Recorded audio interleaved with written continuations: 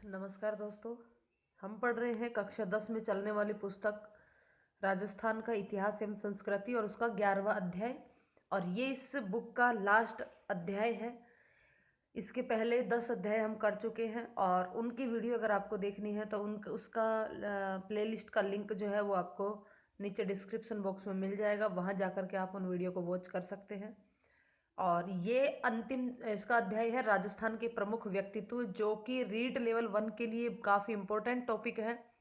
और ये 2021 में जब रीड का सिलेबस जारी हुआ था तो उस समय ये नया टॉपिक जोड़ा गया था और काफ़ी इम्पोर्टेंट टॉपिक है, तो इसको थोड़ा ध्यान से पढ़िएगा।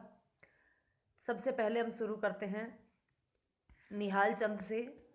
आगे बढ़ने से पहले मेरी आपसे रिक्वेस्ट है कि यदि आपने चैनल को सब्सक्राइब नहीं किया तो प्लीज़ चैनल को सब्सक्राइब करके बेल आइकन को क्लिक कर ले, ताकि आने वाले हर वीडियो का नोटिफिकेशन आप तक पहुंच जाए। वीडियो को अंत तक जरूर देखिएगा। कंप्लीट जो ये 11th चैप्टर है कंप्लीट मैं इस वीडियो में कंप्लीट करने वाली हूँ। सबसे पहले निहाल चंद की बात करेंगे तो निहाल चंद जो है वो किशनगढ़ चित्र शैली के चित्रकार हैं। इनका पूरा नाम है मोरध्वज निहाल चंद, और इन्हीं के काल में जो किशनगढ़ शैली है वो अपने चरम पर थी। और ये जो मोरध्वज निहाल चंद हैं ये सावंत सिंह के दरबार में थे। सावंत सिंह किशनगढ़ किशनगढ़ का शासक था, जिसका कार्यकाल 1748 से 1764 के बीच में रहा। उन्हीं को ही नागरीदास के नाम से जाना जाता है। तो पूछा जा सकता है कि नागरीदास किसका उपनाम है, तो नागरीदास सावंत सिंह का उपनाम है। जो किशनगढ़ शैली की प्रमुख जो चित्र है वो है बनी ठनी, और ये बनी ठनी क्या थी, ये सावंत सिंह की प्रेयसी थी, यानी कि उनकी प्रेमिका थी। तो मोरध्वज निहाल चंद ने इस बनी ठनी को राधा कृष्ण के रूप में चित्रित किया था। इसी बनी ठनी को भारतीय मोनालिसा कहा जाता है। भारत की मोनालिसा यानी कि भारतीय मोनालिसा इसको कहा जाता है।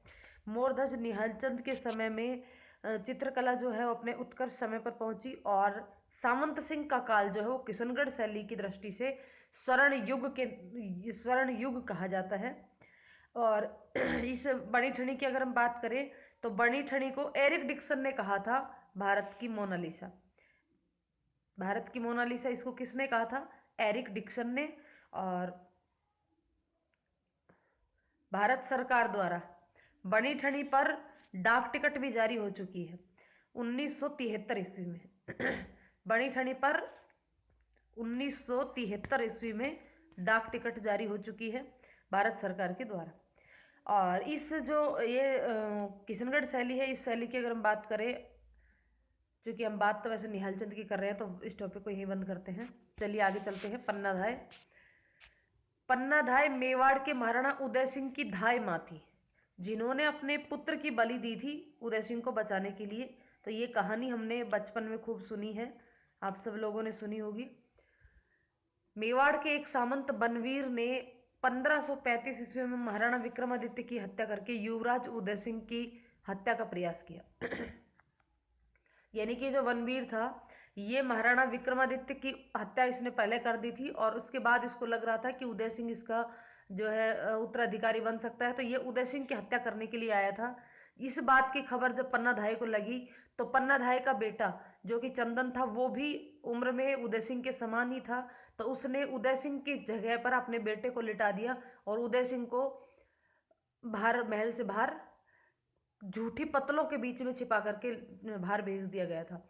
तो जैसे ही बनवीर वहाँ पे आया, ये बनवीर वहाँ पे आया और उसने उदय सिंह को बिना देखे ही, जैसे उसको पता चला कि उदय सिंह कहाँ होता है, तो उसको उदय सिंह को सोता हुआ देखा, तो उसने तपाक से तलवार से उदय सिंह की जगह चंदन का शीश काट दिया और चला गया, तो क्योंकि उसको पता ही नहीं था कि यहाँ पे चंदन है या उदय सिंह है। तो पुत्र चंदन को उदय सिंह की जगह लिटा करके बनवीर की तलवार का शिकार होने दिया और उदय सिंह को किले से बाहर भेजकर उसके प्राणों की रक्षा की। मेवाड़ इतिहास में पन्ना धाय का त्याग एक अविस्मरणीय घटना है, सब लोग इसके बारे में जानते हैं। आगे चलते हम गौरीबाई। तो डूंगरपुर के नागर ब्राह्मण परिवार में जन्मी कृष्ण भक्त कवयित्री गौरीबाई को वागड़ की मीरा भी कहते हैं। वागड़ की मीरा भी कहते हैं।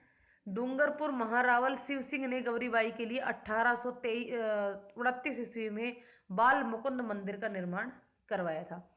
नेक्स्ट बात करते हैं हम दुर्गादास। राठौड़ की। स्वामी भक्त वीर शिरोमणि दुर्गादास महाराजा जसवंत सिंह के मंत्री आस्करण के पुत्र थे। तो ये कौन थे? दुर्गादास। दुर्गादास राजा जो महाराजा जसवंत सिंह थे उनका मंत्री था आस्करण, और उनके बेटे थे दुर्गादास राठौड़। इनका जन्म जो है वो 13 अगस्त 1638 ईस्वी को मारवाड़ के सालवा गांव में हुआ। ये जसवंत सिंह की सेना में रहे और महाराजा की मृत्यु के बाद इनकी रानियों और खालसा हुए जोधपुर के उत्तराधिकारी अजीत सिंह की रक्षा के लिए मुगल सम्राट औरंगजेब से उनकी मृत्यु पर्यंत राठौड़ सिसोदिया संघ के निर्माण करके संघर्ष किया। यानी कि जब तक ये जीवित रहे इन्होंने लगातार संघर्ष जारी रखा।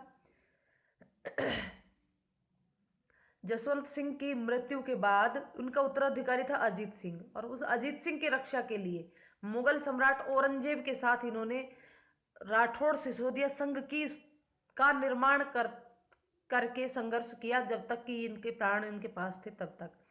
शहजादा अकबर को औरंगजेब के विरुद्ध सहायता दी तथा उनके पुत्र पुत्री बुलंद अख्तर और सफियातुन्निसा को इस्लामोचित शिक्षा देकर मित्र धर्म निभाया एवं सहिष्णुता का परिचय दिया। अंत में महाराजा अजीत सिंह से अनबन होने पर सह कुटुंब मेवाड़ चले गए और अपने स्वावलंबी होने का परिचय दिया। दुर्गादास की मृत्यु उज्जैन में हुई 22 नवंबर 1718 ईस्वी में। उनकी वीरता और साहस के गुणगान में मारवाड़ में एक उक्ति प्रचलित है कि मायड़ ऐसा पूत जन जैसा दुर्गादास। यानी कि वो इतने वीर और साहसी थे कि एक उक्ति प्रचलित हो गई कि मायड़ ऐसा पूत जन जैसा दुर्गादास, यानी कि हर माँ एक ऐसे बेटे को जन्म दे जैसा कि दुर्गादास था। उसके बाद अब हम नेक्स्ट बात करेंगे दुर्सा आडा। अकबर के समकालीन दुर्सा आडा ने महाराणा प्रताप एवं राव चंद्रसेन के देश प्रेम की भावना का यशोगान किया। विरुद्ध छहतरी, किरतार बावनी, वीरम देव सोलंकी दूहा आदि इनकी रचनाएं हैं। सबसे प्रसिद्ध रचना कौन सी है इनकी? विरुद्ध छहतरी। नाम क्या है? दुर्सा आडा। इन्होंने प्रताप और राव चंद्रसेन, महाराणा प्रताप और राव चंद्रसेन दोनों की देश प्रेम की भावना का यशोगान किया था। उसके बाद बात करते हैं दयालदास। बीकानेर रे राठौड़ारी ख्यात के रचनाकार हैं दयालदास, जिनका जन्म 1798 ईस्वी में बीकानेर के कुड़िया नामक गांव में हुआ। बीकानेर रे राठौड़ारी ख्यात, इस ख्यात के रचनाकार थे दयालदास। इनका जन्म 1798 ईस्वी में बीकानेर के कुड़िया नामक ग्राम में हुआ। दयालदास री ख्यात की हस्तलिखित प्रति में राठौड़ों की उत्पत्ति से लेकर के महाराजा सरदार सिंह के राज्यारोहण तक का इतिहास लिखा गया है। यह ख्यात बीकानेर राजवंश का विस्तृत विवरण जानने, मुगल मराठों के राठौड़ों से संबंध जानने, फरमान निशान आदि राजस्थानी में अनुवाद एवं बीकानेर के प्रशासनिक व्यवस्था को समझने के लिए महत्वपूर्ण है। इसलिए इनको प्रमुख व्यक्तित्व के रूप में जाना जाता है। उसके बाद है नेक्स्ट कविराज श्यामलदास। कविराज श्यामलदास मेवाड़ के महाराणा शंभू सिंह और उनके पुत्र महाराणा सज्जन सिंह के दरबारी कवि रहे हैं। कविराज श्यामलदास, इनका जन्म 1836 ईस्वी में धोकलिया भीलवाड़ा में हुआ। तो कौन थे श्यामलदास? श्यामलदास एक दरबारी कवि थे किनके? सज्जन सिंह के। शंभू सिंह के पुत्र महाराणा सज्जन सिंह के दरबारी कवि थे कविराज श्यामलदास। इनका जन्म 1836 ईस्वी में धोकलिया भीलवाड़ा में हुआ। कहाँ पे हुआ? धोकलिया भीलवाड़ा में। मेवाड़ महाराणा शंभू सिंह के आदेश पर इन्होंने मेवाड़ राज्य का इतिहास लिखना शुरू किया, जो कि वीर विनोद नामक ग्रंथ में संकलित है। वीर विनोद नामक ग्रंथ किसके द्वारा रचित है? तो कविराज श्यामलदास के द्वारा। ब्रिटिश भारत सरकार ने इनको केसरिये हिंद की उपाधि से तथा महाराणा मेवाड़ ने इनको कवि राजा की उपाधि से विभूषित किया। तो केसर ए हिंद की उपाधि किसको मिली? तो कविराज श्यामलदास को। और महाराणा मेवाड़ ने इनको कौन सी उपाधि दी? कवि राजा की उपाधि देकर के इनको इसका उपाधि से विभूषित किया। इसके बाद बात करते हैं गौरीशंकर हीराचंद ओझा। ये एक इतिहासकार है, प्रसिद्ध इतिहासकार, राजस्थान के इतिहासकार एवं पुरातत्ववेत्ता गौरीशंकर हीराचंद ओझा का जन्म 1863 ईस्वी में रोहिड़ा सिरोही में हुआ। प्राचीन लिपि का अच्छा ज्ञान होने के कारण इन्होंने भारतीय प्राचीन लिपि माला नामक ग्रंथ की रचना की। भारतीय प्राचीन लिपि माला नामक ग्रंथ की रचना किसने की? तो गौरीशंकर हीराचंद ओझा ने। अंग्रेजों ने इन्हें महामहोपाध्याय एवं राय बहादुर की उपाधि प्रदान की। तो महामहोपाध्याय और राय बहादुर की उपाधि जो है किसको दी गई? तो ये दी गई गौरीशंकर हीराचंद ओझा को। और किसके द्वारा दी गई? तो ये दी गई अंग्रेजों के द्वारा। और ये जो गौरीशंकर हीराचंद ओझा ये कौन है? ये राजस्थान के प्रसिद्ध इतिहासकार हैं जिनका जन्म रोहिड़ा सिरोही में हुआ था। और इनकी जो ग्रंथ है उसका नाम है लिपि माला। क्या नाम है? लिपि माला। नेक्स्ट है बलबीर सिंह। गंगानगर जिले के रायसिंह नगर में जन्मे बलबीर सिंह बीकानेर प्रजा परिषद के सदस्य थे। रायसिंह नगर, गंगानगर जिले के रायसिंह नगर में जन्मे बीरबल सिंह बीकानेर प्रजा परिषद के सदस्य थे। वे सामंती अत्याचारों का विरोध करने एवं नागरिक अधिकारों की प्राप्ति के हर आंदोलन में अगवा रहते रहे। प्रजा परिषद ने 30 जून 1946 को रायसिंह नगर में एक कार्यकर्ता सम्मेलन कर भावी रणनीति पर विचार किया। 1 जुलाई 1946 ईस्वी के दिन झंडा अभिवादन के तहत कार्यकर्ता हाथ में तिरंगे झंडे लिए सम्मेलन स्थल पर पहुंचे। इसी बीच रेलवे स्टेशन पर कार्यकर्ताओं की गिरफ्तारी और उन पर जुल्म की सूचना पाकर बीरबल सिंह के नेतृत्व में कार्यकर्ता हाथ में तिरंगा लिए स्टेशन की ओर बढ़ने लगे, जिससे घबराकर सरकारी अधिकारियों ने गोली चलवा दी। इन्हीं में से एक गोली का शिकार बीरबल सिंह बना, लेकिन उन्हें तिरंगे को गिरने नहीं दिया।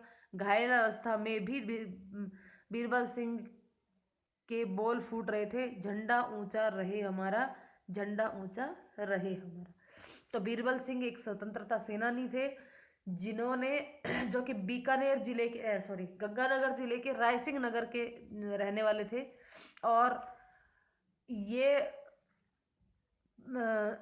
प्रजा परिषद जो कि 30 जून 1946 को के दिन की बात हो रही है, तो 30 जून 1946 को प्रजा परिषद को रायसिंह नगर में कार्यकर्ता सम्मेलन में सम्मेलन हुआ और उस सम्मेलन स्थल पर झंडा लेकर के कार्यकर्ता लोग पहुंचे। उसी बीच स्टेशन पर जब रेलवे स्टेशन पर वो थे तो उस समय गिरफ्तारी हुई। और इसकी सूचना जब बीरबल सिंह को मिली तो उसने भी तिरंगा हाथ में लेकर के स्टेशन की ओर वो आगे बढ़ने लगे, जिससे कि सरकारी जो कर्मचारी थे उन्होंने, सरकारी अधिकारियों ने जो है गोली चलानी शुरू कर दी और उनकी गोलियों का शिकार बीरबल सिंह हो गए। यानी कि उस समय उनको गोली लगी और घायल होने के बाद भी वो तिरंगे को नीचे नहीं गिरने दिया। और उस समय उनके मुंह से जो आवाज़ निकल रही थी, जो वो बोल रहे थे, वो कह रहे थे कि झंडा ऊंचा रहे हमारा, झंडा ऊंचा रहे हमारा। नेक्स्ट बात करेंगे विजयदान देथा। विजयदान देथा 1 सितंबर 1926 को बोरुंदा जोधपुर में जन्मे। विजयदान देथा की प्रसिद्ध कृतियां बातारी फुलवारी। प्रसिद्ध कृति का नाम है बातारी फुलवारी विजयदान देथा। बातारी फुलवारी विजयदान देथा। बापू के 3 हत्यारे, ये उन्होंने 1960 में लिखी। बातारी फुलवारी जो कि एक लोक कथा है। बातारी फुलवारी और किसने लिखी? विजयदान देथा ने लिखी। इनका जन्म कहाँ हुआ था? तो बोरुंदा जोधपुर में। विजयदान देथा का जन्म बोरुंदा जोधपुर में हुआ था। कब हुआ था इनका जन्म? तो 1 सितंबर 1926 को विजयदान देथा का जन्म 1 सितंबर 1926। जन्म स्थान बोरुंदा जोधपुर। इनकी प्रमुख कृतियां बातारी फुलवारी 1960 में, बातारी फुलवारी, बापू के 3 हत्यारे 1968 में, बापू के 3 हत्यारे, चौधरायन की चतुराई, ये एक कहानी है। चौधरायन की चतुराई 1996 में आई। द्विध्या और अलेखू हिटलर आदि जो है इनकी कृतियां रही हैं। बोरुंदा में ये रूपायन संस्थान के सह संस्थापक भी थे। रूपायन संस्थान के सह संस्थापक। बीजी नाम इनका उपनाम बीजी नाम से प्रसिद्ध है। ये बीजी नाम से प्रसिद्ध विजयदान देथा को 1974 ईस्वी में केंद्रीय साहित्यिक अकादमी पुरस्कार प्राप्त हुआ। इनका उपनाम क्या था? बीजी इनका उपनाम था। 1974 में केंद्रीय साहित्य अकादमी पुरस्कार 1992 ईस्वी में भारतीय भाषा परिषद पुरस्कार 2002 में, बिहारी पुरस्कार 2006 में, साहित्य चूड़ामणि पुरस्कार 2007 में, पद्मश्री एवं चूड़ामणि पुरस्कार 2006 में साहित्य चूड़ामणि पुरस्कार, 2007 में पद्मश्री और 2012 में राजस्थान रत्न से इनको सम्मानित किया गया। इनकी एक लोक कथा पर मणिकौल ने पहले द्विधा फिल्म बनाई, फिर इसी कथा पर अमोल पालेकर ने पहेली नामक फिल्म बनाई। यानी कि विजयदान देथा की एक लोक कथा पर मणिकौल ने तो पहले एक फिल्म बनाई जिसका नाम था द्विधा, और बाद में फिर अमोल पालेकर ने एक पिक्चर बनाई जिसका नाम था पहेली। तो इनको काफ़ी सारे सम्मान मिले हुए हैं। इनका जो उपनाम है वो बीजी है। इनको पद्मश्री सम्मान से सम्मानित किया गया है 2007 में, और राजस्थान रत्न से सम्मानित किया गया है 2012 में। चलिए आगे चलते हैं। आगे नेक्स्ट है कन्हैया लाल सेठिया। लोकप्रिय गीत धरती धोरारी और अमर लोकप्रिय गीत पाथल और पीथल के यशस्वी रचयिता साहित्यकार कन्हैया लाल सेठिया का जन्म 11 सितंबर 1919 को राजस्थान के सुजानगढ़ चूरू में हुआ था। तो कन्हैया लाल सेठिया का जन्म स्थान पूछा जाए तो सुजानगढ़ चूरू। जन्म कब हुआ? 11 सितंबर 1919। जन्म स्थान सुजानगढ़ चूरू, राजस्थान, सुजानगढ़ चूरू। और इनका जन्म दिनांक अगर पूछे तो 11 सितंबर 1919। इनकी लोकप्रिय गीत कौन कौन से हैं? एक तो धरती धोरारी, ओ मीठा मोरारी, धरती धोरारी आ मीठा मोरारी। और एक अमर लोकप्रिय गीत पाथल और पीथल। ये दोनों रचनाएं हैं दोनों जो गीत हैं वो किनके द्वारा रचित है, लिखे गए हैं कन्हैया लाल सेठिया। नेक्स्ट अगर बात करें तो अल्लाह जिलाई बाई। अल्लाह जिलाई बाई जो एक राजस्थानी गीत है, केसरिया बालम आओ नी पधारो म्हारे देश। इस गीत की प्रख्यात मांड गायिका अल्लाह जिलाई बाई के कंठों से निकल करके ये अमर हुआ। यानी कि केसरिया बालम किसके द्वारा गाया गया? अल्लाह जिलाई बाई के द्वारा गाया गया, और ये एक मांड गायिका रही है। अल्लाह जिलाई बाई क्या रही है? मांड गायिका रही है। इनका जन्म 1 फरवरी 1902 को बीकानेर में हुआ। इनका जन्म कब हुआ? 1 फरवरी 1902 को बीकानेर में हुआ। मांड गायकी में विशिष्ट योगदान के लिए 1982 में इन्हें पद्मश्री से सम्मानित किया गया। यानी कि अल्लाह जिलाई बाई को पद्मश्री से सम्मानित किया गया। कब? 1982 में। बाई जी को सन 1983 में रॉयल अल्बर्ट हॉल में BBC लंदन द्वारा कोर्ट सिंगर का अवार्ड दिया गया। अल्लाह जिलाई बाई को कब? 1983 में रॉयल अल्बर्ट हॉल में BBC लंदन द्वारा कोर्ट सिंगर का अवार्ड दिया गया। साथ ही साथ इनको पद्मश्री से भी सम्मानित किया गया 1982 में। उसके बाद आती है बात गौरी देवी की। मांड गायन शैली को देश विदेश में ख्याति दिलाने वाली लोक गायिका गौरी देवी का जन्म 1920 ईस्वी में जोधपुर में हुआ। यानी कि मांड गायन शैली जो है उनकी एक प्रसिद्ध लोक गायिका है गौरी देवी, जिनका जन्म हुआ है 1920 ईस्वी में जोधपुर में। संगीत इन्हें विरासत में मिला क्योंकि इनके माता पिता दोनों ही बीकानेर दरबार की संगीत प्रतिभाएं थी, इसलिए इनको भी संगीत जो है वो विरासत में मिला। मास्को में आयोजित भारत महोत्सव में गौरी देवी ने मांड गायकी से श्रोताओं को मोहित कर प्रदेश का नाम रोशन किया। देखिए गौरीबाई जो है इनका जन्म हुआ था 1920 ईस्वी में। कहाँ पर हुआ था? जोधपुर में। इनके माता पिता हैं दोनों ही बीकानेर दरबार में संगीतकार थे, तो इसलिए इनको भी संगीत काफ़ी इनके संगीत में रुचि थी और इनको संगीत जो है वो विरासत में मिला था। फिर मास्को में भारत महोत्सव जब आयोजित किया गया तो वहां पे गौरी देवी ने मांड गायकी से श्रोताओं को सम्मोहित कर प्रदेश का नाम उसमें रोशन किया था। इसके बाद बात करते हैं हवलदार कंपनी हवलदार मेजर पीरू सिंह।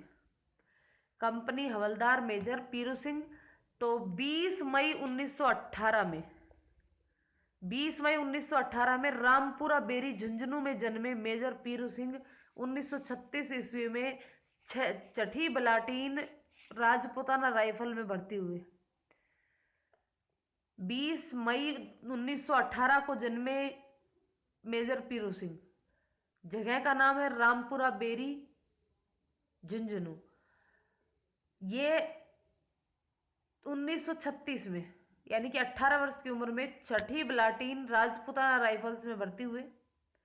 18 जुलाई 1948 को 6 राजपूताना राइफल्स के सीएचएम पीरू सिंह को जम्मू कश्मीर के थिलवाल में शत्रुओं द्वारा अधिकृत एक पहाड़ी पर आक्रमण कर उस पर कब्जा करने का काम सौंपा गया। अपनी अंतिम सांस लेने से पहले उन्होंने दुश्मनों के ठिकाने को नष्ट कर दिया। उन्हें मरणोपरांत परमवीर चक्र से सम्मानित किया गया है। परमवीर चक्र से सम्मानित होने वाले ये पहले राजस्थानी थे। देखिए यहां से अगर प्रश्न बनता है तो यहीं से ही बनता है कि परमवीर चक्र से सम्मानित होने वाले पहले राजस्थानी कौन थे, तो ये थे हवलदार मेजर पीरू सिंह। हवलदार मेजर पीरू सिंह। तो नेक्स्ट चलते हैं हम मेजर शैतान सिंह।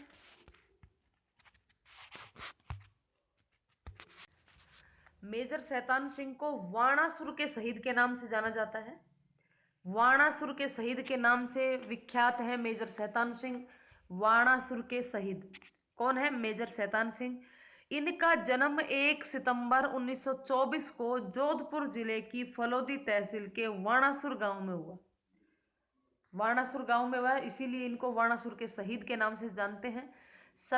शैतान सिंह भारतीय सेना में भर्ती हो गए।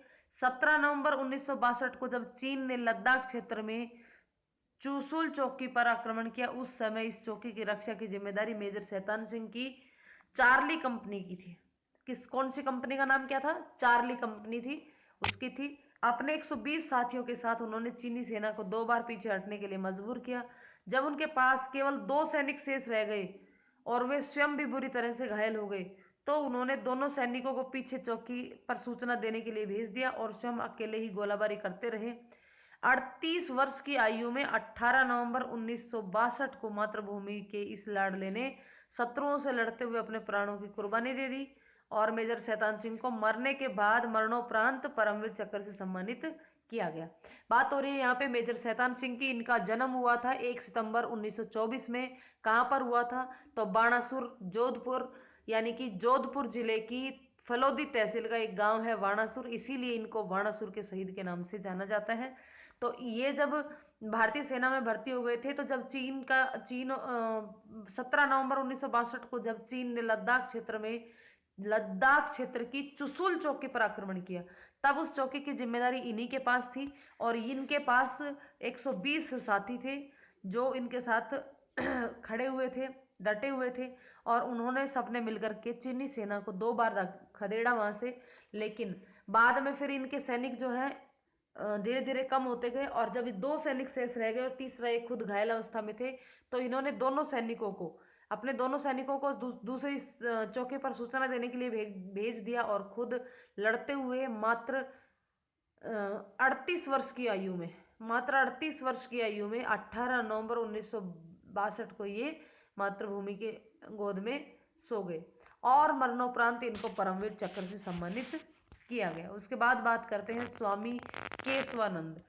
शिक्षा संत के रूप में प्रसिद्ध स्वामी केशवानंद का जन्म सीकर जिले के मंगलूणा गांव में 1883 में चौधरी ठाकरसी के घर हुआ। चौधरी ठाकरसी के घर हुआ। इनके बचपन का नाम वीरमा था, बीरमा। स्वामी केशवानंद के बचपन का नाम क्या था? बीरमा था। इनका जन्म कहाँ हुआ? सीकर जिले के मंगलूणा गांव में हुआ। गांधी जी से प्रभावित होकर इन्होंने 1921 ईस्वी से 1931 ईस्वी तक स्वाधीनता आंदोलन में भाग लिया और जेल की यात्रा भी की। यानी कि महात्मा गांधी से ये प्रेरित हुए और 1921 से लेकर के 1931 तक स्वाधीनता आंदोलन में भाग लेने के बाद इन्होंने जेल की यात्रा भी की। केशवानंद ने 1932 में सांगरिया में जाट विद्यालय की स्थापना संचालन संभाला। देखिए, केशवानंद ने 1932 में संगरिया में जाट विद्यालय का संचालन संभाला और उसे मिडिल स्तर से महाविद्यालय स्तर तक पहुंचाया, जिसमें कला, कृषि विज्ञान महाविद्यालय के अतिरिक्त शिक्षक प्रशिक्षण महाविद्यालय, संग्रहालय एवं ग्रामोत्थान विद्यापीठ बनाया। इन्होंने 1944 से लेकर 1956 तक बीकानेर के रेगिस्तानी गांवों में लगभग 300 पाठशालाएं खुलवाई और अनेक स्थानों पर चलते फिरते वाचनालय एवं पुस्तकालय स्थापित किए। तो यहाँ पे बात हो रही है स्वामी केशवानंद की। तो सबसे पहली चीज़ तो स्वामी केशवानंद का बचपन का नाम क्या था? तो इनका बचपन का नाम था बीरमा। इनका जन्म जो है वो मंगलूड़ा गांव में हुआ 1883 ईस्वी में। ये जो है ये महात्मा गांधी से प्रेरित हुए और इन्होंने स्वदेशी आंदोलन में भाग लिया और फिर जेल की यात्रा भी की। उसके बाद इन्होंने संगरिया में जाट विद्यालय का संचालन संभाला और उस जाट विद्यालय को महाविद्यालय स्तर तक पहुंचाने का कार्य इन्होंने किया। 1944 से लेकर 1956 तक बीकानेर के रेगिस्तानी गांव में लगभग 300 पाठशाला इन्होंने खुलवाई और चलते फिरते वाचनालय और पुस्तकालय स्थापित किए। नेक्स्ट बात करते हैं पंडित झाबरमल शर्मा की। तो पंडित झाबरमल शर्मा को पत्रकारिता का पितामह के नाम से जाना जाता है। पत्रकारिता के पितामह कौन है? तो पंडित झाबरमल शर्मा है। इनका जन्म जो है वो जसरापुर में 1880 ईस्वी में हुआ। इनका जन्म कब हुआ? 1880 ईस्वी में जसरापुर में। 1905 ईस्वी में पंडित दुर्गा प्रसाद मिश्र ने झाबरमल को हिंदी पत्रकारिता और संपादन की शिक्षा दी। 1905 में पंडित दुर्गा प्रसाद मिश्र ने झाबरमल को हिंदी पत्रकारिता और संपादन की शिक्षा दी।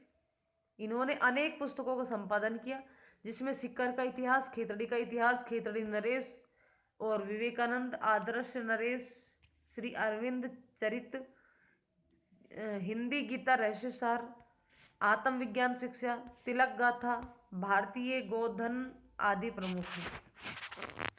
तो यहाँ पे बात किसकी हो रही है? यहाँ पे बात हो रही है पत्रकारिता के पितामह, विश्व पितामह पंडित झाबरमल शर्मा की। ये जो है वो जसरापुर गांव में ये पैदा हुए।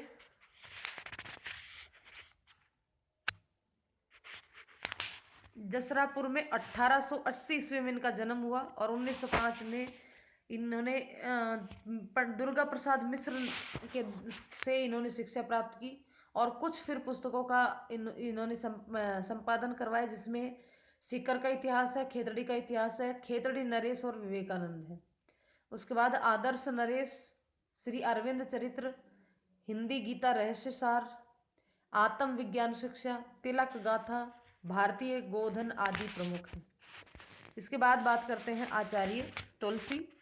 तो आचार्य तुलसी को अणुव्रत आंदोलन के सूत्रधार माना जाता है। अणुव्रत आंदोलन के सूत्रधार माना जाता है आचार्य तुलसी को। इनका जन्म जो है 20 अक्टूबर 1914 ईस्वी को नागौर जिले के लाडनू कस्बे में हुआ। आचार्य तुलसी का जन्म 20 अक्टूबर 1914 को नागौर जिले के लाडनू कस्बे में हुआ था। 22 वर्ष की आयु में वे तेरा पंथ संघ के 90वें आचार्य बनाए गए। मात्र 22 वर्ष की उम्र में वे तेरा पंथ संघ के 90वें आचार्य बनाए गए। नैतिकता के उत्थान के लिए उन्होंने 1949 ईस्वी में अणुव्रत आंदोलन का सूत्रपात किया और इससे जनमानस को जोड़ने हेतु 1 लाख किलोमीटर की पदयात्रा की। और इनका संदेश था, इंसान पहले इंसान है, उसके बाद हिंदू या मुस्लिम, जो कुछ भी है वो बाद में है। तो ये इनका संदेश था। उसके बाद आती हैं कमल कोठारी। तो जो कमल कोठारी हैं इनका जन्म 4 मार्च 1929 ईस्वी को चित्तौड़ जिले के कपासन कस्बे में हुआ। कोमल कोठारी का जन्म चित्तौड़ जिले के कपासन कस्बे में हुआ। इन्होंने लोक संस्कृति के उन्नयन के लिए अपना संपूर्ण जीवन दिया। इन्होंने 1960 ईस्वी में जोधपुर जिले के बोरिंदा कस्बे में रूपायन नामक संस्थान की स्थापना की। तो यहाँ पे पूछा जा सकता है कि रूपायन नामक संस्थान की स्थापना किसने की? तो कोमल कोठारी ने की। कब की? 1960 में की। और कहाँ पे की? बोरुंदा कस्बे में। इसके बाद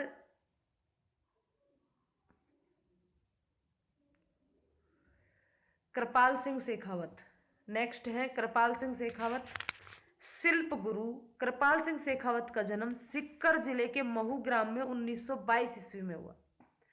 इन्हें ब्लू पोट्री पर चित्रांकन के माध्यम से अंतर्राष्ट्रीय पहचान बनाई और 1974 ईस्वी में पद्मश्री से सम्मानित हुए। किसकी बात कर रहे हैं हम? कृपाल सिंह शेखावत की।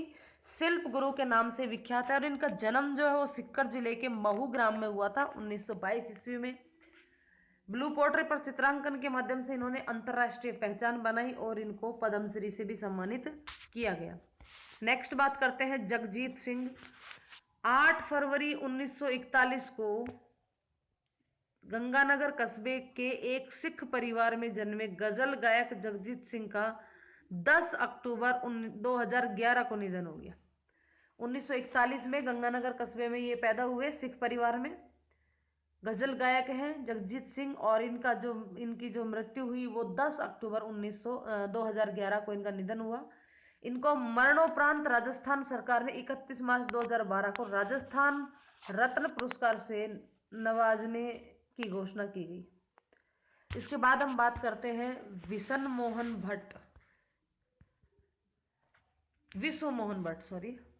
पंडित विश्व मोहन भट्ट। 12 जुलाई 1950 को जयपुर में पंडित विश्व मोहन भट्ट का जन्म हुआ। कब जन्म हुआ? 12 जुलाई 1950 को। कहाँ पर? जयपुर में। उसके बाद 1965 ईस्वी में इन्होंने देश विदेश में संगीत प्रस्तुतियां देनी शुरू की। 15 वर्ष की आयु में इन्होंने देश विदेश में संगीत प्रस्तुतियां देनी शुरू की और 1994 ईस्वी में इन्हें विख्यात ग्रैमी पुरस्कार मिला। भट्ट ने गिटार में सितार, सरोद और वीणा के अतिरिक्त 14 तारों के सटीक और अद्भुत मुहावरों का समन्वय करके मोहन वीणा का आविष्कार किया। देखिए, हम बात कर रहे हैं पंडित विश्व मोहन भट्ट की। इनका जन्म 1950 में हुआ और 1965 में, यानी कि 15 वर्ष की आयु में इन्होंने अपने संगीत की प्रस्तुति देना शुरू की और इनको ग्रैमी पुरस्कार प्राप्त हुआ। ये गिटार में सितार, सरोद और वीणा के 14 अतिरिक्त तारों के सटीक और अद्भुत मुहावरों का समूह करके मोहन वाणी का इन्होंने आविष्कार किया। इसके बाद हम बात करेंगे कपूर चंद कुलिस। 12 मार्च 1926 को टोंक जिले में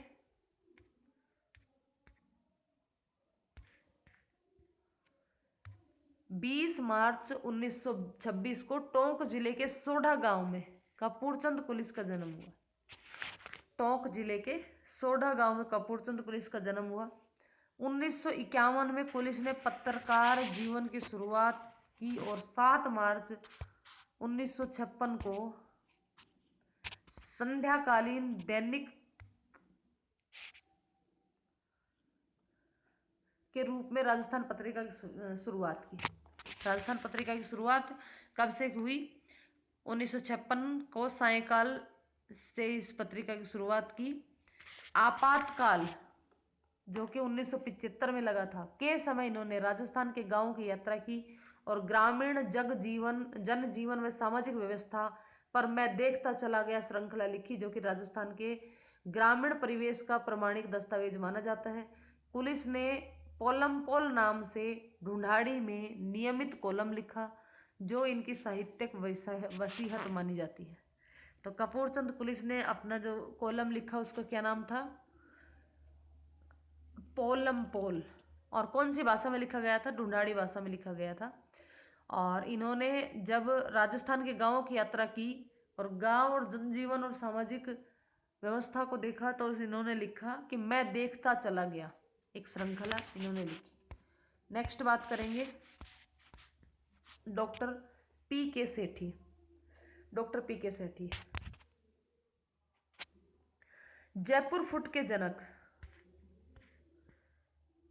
जयपुर फुट के जनक डॉक्टर पी के सेठी ने सवाई मानसिंह चिकित्सालय में कार्यरत रामचंद्र के सहयोग से 1969 ईस्वी में दिव्यांगों के लिए नकली पैर यानी कि जयपुर फिट विकसित किए। इस कार्य के लिए इन्हें Ramon Magsaysay award, doctor V C Roy सम्मान, पद्मश्री सम्मान, Rotary international award for world understanding and peace पुरस्कार प्राप्त हुआ। देखिए जयपुर फुट के जनक किसे कहा जाता है, तो जयपुर फुट के जनक हैं डॉक्टर पी के सेठी, डॉक्टर पी के सेठी। और ये सवाई मानसिंह चिकित्सालय में कार्यरत रामचंद्र के सहयोगी थे और उन्हीं के सहयोग से 1969 ईस्वी में दिव्यांगों के लिए नकली पैर जो है वो बनाए गए, जिससे कि वो अपना जो भी करना चाहे वो कर सके। और इस कार्य के लिए इनको रेमन मैग्सेस अवार्ड प्राप्त हुआ। इसके अलावा डॉक्टर वी सी राय सम्मान प्राप्त हुआ इसी को ही।